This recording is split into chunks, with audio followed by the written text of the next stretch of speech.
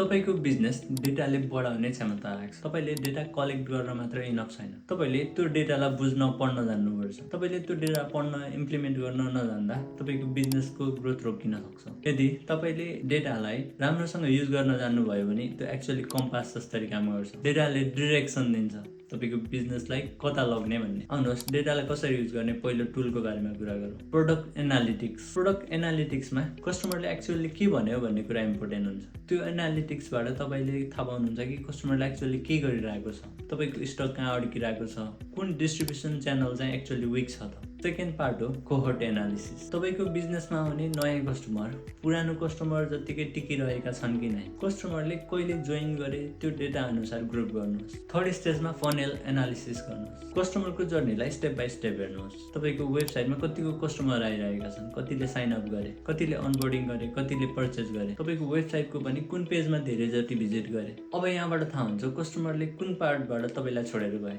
यदि तपाईको वेबसाइटमा 10,000 जना आए, 1000 जनाले साइन अप गरे, तर त्यो 1000 मध्ये पनि जम्मा 50 जनाले मात्रै प्रोडक्ट पर्चेज गरे भने अब तपाईलाई थाहा हुनुपर्छ प्रब्लम कहाँ छ भनेर। प्रोडक्ट मार्केटिङमा होइन, तपाईको फनेल क्रिएसनमा प्रब्लम छ। तपाईको फनेलको बिचमा ग्याप छ। तपाईले त्यो ग्यापलाई हटाउनु भयो भने तपाईको रेभेन्यू बढ्छ।